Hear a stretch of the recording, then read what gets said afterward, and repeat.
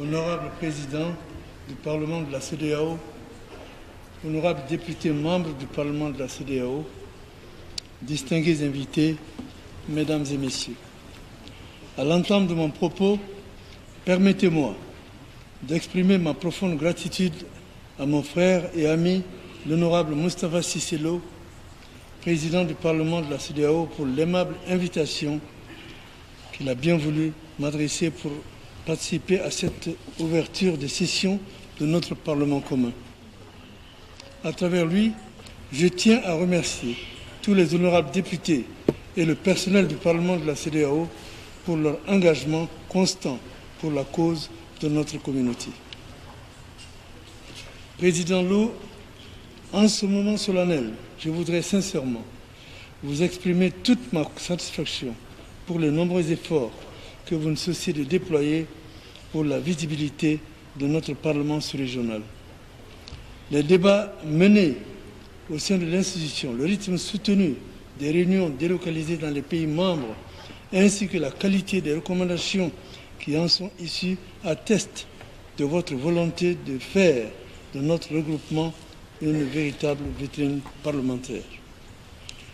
Les thèmes développés au cours des différentes réunions délocalisées, relatifs entre autres à la sécurité, au terrorisme, à la santé et à l'éducation, constituent de véritables baromètres des préoccupations légitimes de la communauté ouest-africaine. Je profite d'ailleurs de cette adresse pour vous renouveler toute ma satisfaction pour la tenue récente à Bamako de la réunion de la commission mixte, commission affaires politiques, paix, sécurité, mécanisme africain d'évaluation par les pairs et la commission affaires juridiques et judiciaires sur le thème paix et sécurité, défi de la lutte contre le terrorisme en Afrique de l'Ouest, cas du Mali. Cette réunion a été sans conteste un cadre plutôt, novateur d'échange avec les principaux acteurs du processus de paix au Mali. Elle a permis au Parlement de mieux appréhender les progrès et les défis de notre processus de stabilisation et surtout de formuler des recommandations pertinentes pour l'instauration de la paix et de la sécurité au Mali et au Sahel tout entier. Dans le souci de consolider davantage toutes ces actions salvatrices, quoi de plus normal, chers collègues, que de renforcer les prérogatives du Parlement de la CEDEAO, notre Parlement à tous.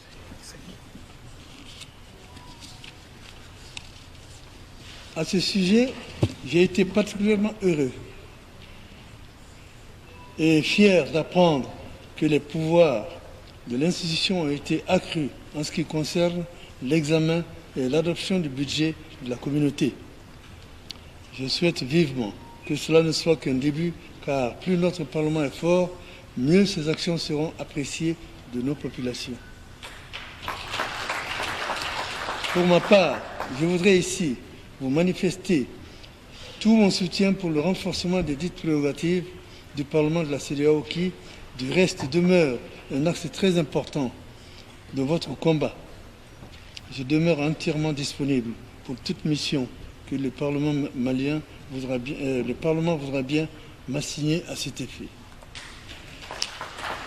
En outre, je vous donne l'assurance à cette tribune d'Abuja que la représentation nationale du Mali sera disposée à examiner avec la plus grande attention toute initiative allant dans le sens de cette mutation institutionnelle pour le bonheur de notre espace communautaire. Honorable président du Parlement de la CEDEAO, honorable député, les présentes assises m'offrent l'occasion d'insister une fois de plus sur la solidarité des pays de la CEDEAO dans la lutte contre le terrorisme et les violences transfrontalières. Albert Camus écrivait en 1953 dans son livre actuel, je cite, « Nous savons aujourd'hui qu'il n'y a plus d'îles, que les frontières sont vaines, il n'y a plus une seule souffrance isolée, une seule torture en ce monde qui ne se répercute dans notre vie de tous les jours. Aujourd'hui, la tragédie est collective. Nous savons donc tous, sans l'ombre d'un doute, que le nouvel ordre que nous cherchons ne peut être seulement national ou même continental. Il doit être universel. Fin de citation. Pour cela, je voudrais encore inviter mes collègues présidents d'Assemblée des pays membres de la CEDEAO à mettre en place un cadre de concertation dans lequel pourront s'inscrire nos réflexions et nos actions sur les problèmes sécuritaires et autres défis communs à notre espace.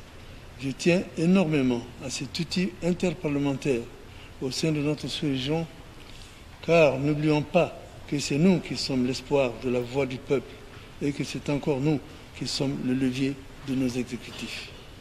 Honorable Président, honorables députés, comme vous le savez, les excellentes relations entre nos peuples ont été tissées progressivement au fil des siècles. Elles ont évolué avec un grand bonheur vers un partenariat mutuellement avantageux, fait de respect et d'amitié. Aujourd'hui, notre devoir de génération et notre devoir politique en tant que parlementaires est de perpétuer cet acquis à travers notamment le renforcement d'une diplomatie dynamique et porteuse au sein de notre sous-région. La coopération interparlementaire devra toujours demeurer une de nos exigences fortes pour arriver à bout des difficultés de l'heure auxquelles est confrontée notre communauté. Ces difficultés qui ont pour nom terrorisme, famine, crise humanitaire, réchauffement climatique, mauvaise gouvernance, etc., doivent nécessairement continuer à recevoir les réponses appropriées de notre Parlement. Mais comment y parvenir si l'institution n'a pas les moyens de ses ambitions? Nous avons accepté volontiers de mettre en place ce Parlement. Alors, nous n'allons pas nous dédire lorsqu'il s'agit de le faire fonctionner correctement. C'est pourquoi, en terminant mon propos, j'exhorte vivement les pays membres de la CEDEAO à redoubler d'efforts pour s'acquitter régulièrement du paiement de leur contribution au budget de la communauté. Sur ce, je souhaite plein succès à la présente session du Parlement de la CEDEAO. Que Dieu protège nos pays et veille sur nos populations. Je vous remercie.